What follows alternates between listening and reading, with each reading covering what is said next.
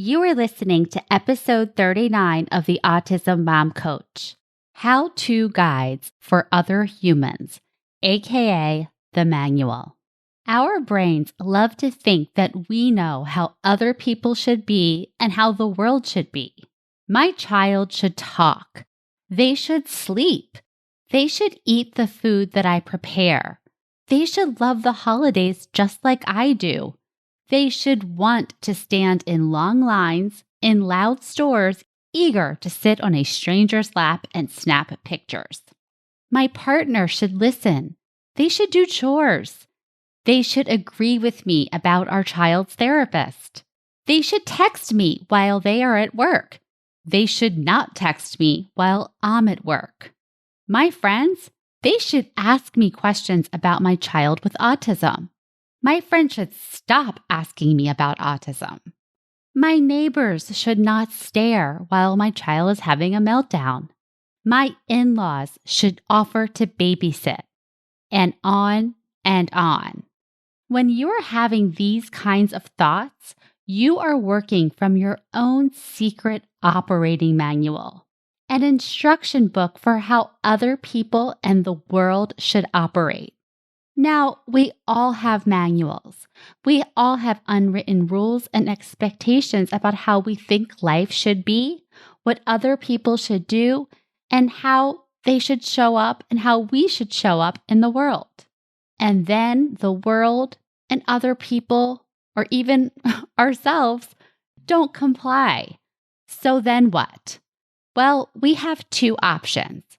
One, we can cling to our manuals and reinforce the belief that our happiness is dependent on other people following them. Or we can drop the manuals and allow other people to be who and how they are, without making it mean anything about us or our ability to decide how we want to think and feel, even when other people or the world aren't following our rules. To learn how, stay tuned. Welcome to the Autism Mom Coach, a podcast for moms who feel overwhelmed, afraid, and sometimes powerless as they raise their child with autism. My name is Lisa Candera. I'm a certified life coach, lawyer, and most importantly, I'm a full-time single mom to a teenage boy with autism. In this podcast, I'll show you how to transform your relationship with autism and special needs parenting. You'll learn how to shift away from being a victim of your circumstances to being the hero of the story you get to write. Let's get started. Hello and welcome to the podcast. I hope you are all doing well. Before I get to today's topic, I want to ask you, if you are listening and if you find this podcast helpful, to please rate and review it.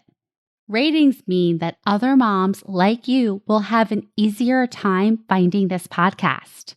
The mom who just got the diagnosis, the mom who was crying in her car, the mom who is walking on eggshells, dreading another phone call from the school. That is who this podcast is for. I want to be a different voice in the discussion about autism parenting. We are not as powerless as we sometimes feel, and I want to share this message and the tools that I teach with as many parents raising a child with autism as I can. So again, if you are listening, if you get value from this podcast, if you want to help other moms like you find this resource, please rate and review. And bonus, I will be giving away a holiday gift to the first 5 listeners who review the podcast and email me a copy of their review at lisa@theautismmomcoach.com. The gift is from my favorite place in Philadelphia, DeRoss and Langle handcrafted soaps. I have been getting my son's staff gifts there for the last 10 years, and this year is no different. So I added a few more soaps, a few more hand creams, and a few more chapsticks to share with all of you. So again, if you rate and review the podcast, all you need to do is send me an email of the review and I will send you one of these little packages. Okay, on to today's episode. How-To Guides for Other Humans, aka the Manual. This is a really important topic and coaching tool because we all believe that we know how life and other people should be. And we think these ideas are right and that any deviation from them is wrong or a problem. By understanding the concept of the manual, we have the opportunity to distance ourselves from our thoughts about how the world and other people should be and decide how we want to show up when the world and other people don't comply with our rules. Because here is the truth. When you are having a manual and you are sticking to it, you are also sticking to the belief that your happiness, how you feel, is dependent on the outside world. If other people show up in these certain ways, then I get to feel good and all is well. So fingers crossed that other people and the world cooperate because otherwise you're screwed. But spoiler alert, other people, the world won't. They won't cooperate, and clinging to the idea that your emotional well-being exists outside of you will leave you in a perpetual state of victimhood. The world is happening to you. And it isn't. Life is happening per usual, and you always get to decide how you want to show up, even when. So let's get to it. What is a manual? A manual is essentially a metaphor for an unwritten instruction book about how something, or really someone, should work. A lot of us have these unwritten instruction books about other people and how they are supposed to behave, what they are supposed to do and not do, and what it means to be good parents, a good child, coworker, boss, neighbor, stranger, and so on. We have these manuals for other people, and we think if they don't follow them, they are the reason that we feel frustrated, annoyed, sad, or angry. To be clear, we all have manuals. It's not a matter of if you have it, it is a matter of whether you recognize it and recognize the suffering that you create when you cling to them. There are two things about manuals that I want to make clear. First, they will seem so reasonable, and they might even be, like wanting your child to sleep for more than 3 consecutive hours, or be able to tell you how she feels when she is sick. So reasonable. But it's still a manual. It is still your thought about how other people or life should be. Second, other people will agree with your manuals. Other people who have similar values or similar thoughts to you will agree. Yes, you are right. Your kids should not talk back to you. Doctors should call you back. And mother-in-laws, they should definitely mind their own business. But here is the thing. No matter how reasonable, no matter how many people agree with you, what and how you believe other people or the world should be, other people and the world will not cooperate. Your kids will talk back to you. Your partner won't take the trash out. Your child will get diagnosed with autism. You believe none of these things should be happening, but they are. So when you cling to your manual about how other people and the world and even how you are supposed to be, and that's not how things are working out, this will create a lot of suffering for you. It results in you resisting reality and this tension between how you think things should be and how they actually are creating more pain and more suffering for you. So let me give you some examples. I used to have a lot of manuals for people in my life who were not raising special needs kids. So some of my unwritten rules, they should not complain to me about how stressful it is to coordinate extracurricular activities. And my sub-thought was, nice problem to have. Very judgmental.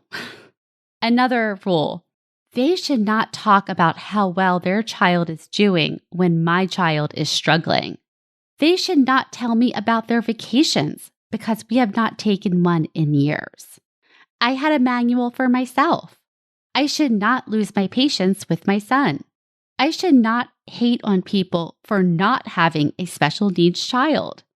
I should never get comfortable and always be looking for the next therapy, program, or doctor. I had a manual for my son. He is supposed to be respectful. He is not supposed to yell at me. He is supposed to listen to me. He is supposed to use his strategies. When we do this, when we impose our expectations on other people or the world and they do not cooperate, then what? Well, we feel terrible or resentful or angry, and we think it is because of the other people or the world. We think they are responsible for how we feel, but they aren't. And this is actually good news. Our emotional well-being does not depend on other people or the universe complying with our manuals. We are. So ask yourself, what would happen? How would your life be different if you set your manuals aside? Now, by this, I don't mean that you can't have expectations, preferences, or boundaries. What it means is that you stop being a victim to the things that you cannot predict or control, the way other people show up to do life, what happens in the world. These things are out of your control. And so when you let go of your manual about how things should be, you let go of the idea that other things outside of you control your emotions. Putting down your manual means you're taking back your power and you're setting aside your urge to control the entire world. And so when I'm coaching my clients, we talk very specifically about our expectations about what other people should do and how they should be, about our expectations of parenthood and how it was supposed to go, about our expectations of our kids and how they are supposed to talk or go to a regular school or have friends. When we do the work of seeing our own manuals, we can also see whether they are serving us and moving us forward or keeping us stuck and in pain. And you can do this right now. You can examine what are the unwritten rules that you have about how your life should be, how you should be, how other people should be, how the world should be. Are they serving you? And if not, ask yourself, what would it be like to set aside this manual and experience life as it is versus how I think it should be? The more we lay down these manuals, the more peace, the more freedom, and the more enjoyment and less suffering we will experience. And let's face it, life is more enjoyable when we aren't fighting it so much and we're just enjoying people for who they are, not who we think they should be. And we are so much more enjoyable when we accept ourselves as we are without putting conditions on it. All right, that's it for this week. Have a great week. And remember, please rate and review the podcast. Thanks, and I'll talk to you next week. Thanks for listening to the Autism Mom Coach. If you want more information or the show notes and resources from the podcast, visit theautismmomcoach.com. See you next week.